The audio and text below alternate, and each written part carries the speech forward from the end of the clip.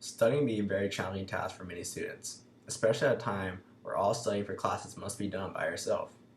But there are ways to get the most out of your study and maximize your chances of success and retention by employing certain techniques in conjunction with minimizing variables that take away from the task at hand.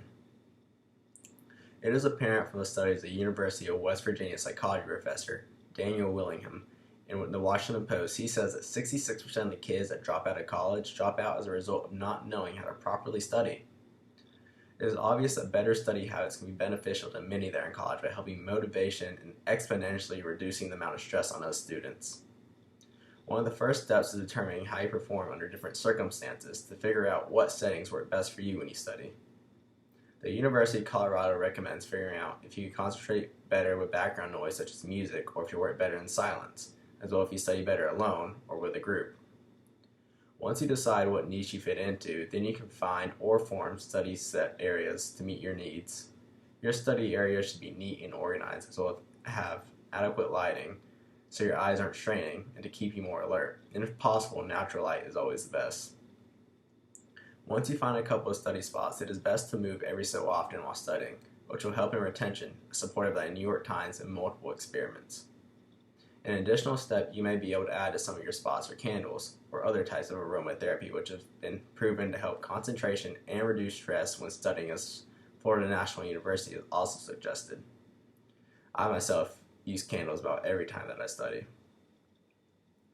Another important thing to consider when getting ready to study is to make sure you're comfortable and the temperature is not too hot or too cold. On the other hand, you want to make sure you're not way too comfortable. If you're way too comfortable, then you'll get drowsy and take an unplanned nap possibly, which I have also done. So now, once you have a good study setting, you should work on minimizing distractions.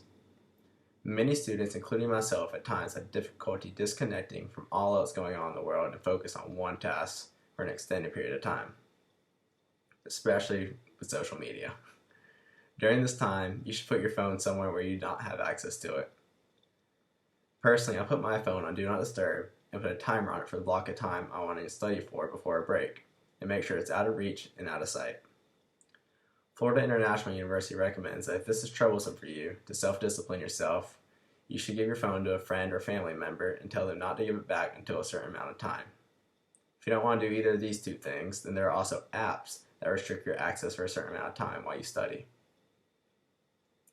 So now, before you start studying, you should decide on a certain amount of material you want to get through or amount of time you want to study. When deciding this, you should not plan on studying all at once, but break it down into smaller blocks to more manageable time. If you're having a hard time studying for a long amount of time, then you can break your blocks in 10 to 15 minutes before you're working yourself up to studying for 45 minutes or longer without stopping.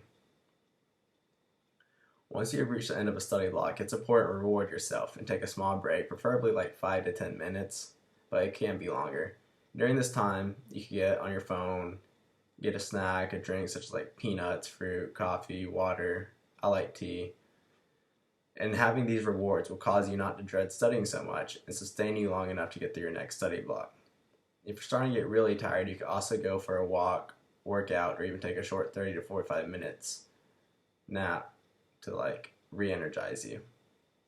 Now that you know how to actively study, you should also make sure that you allow yourself a proper amount of time to retain the information needed instead of cramming.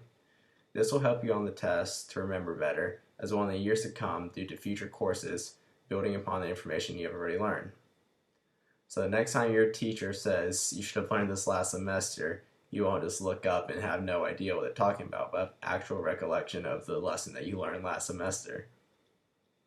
Whenever you're studying for tests and are having a hard time remembering information, it has also been shown by the New York Times that the technique of quizzing yourself on information helps retain information more than just reading it like alone, whether it be using just flashcards or just reading terms and reciting the next part without looking. This will help a lot with retention.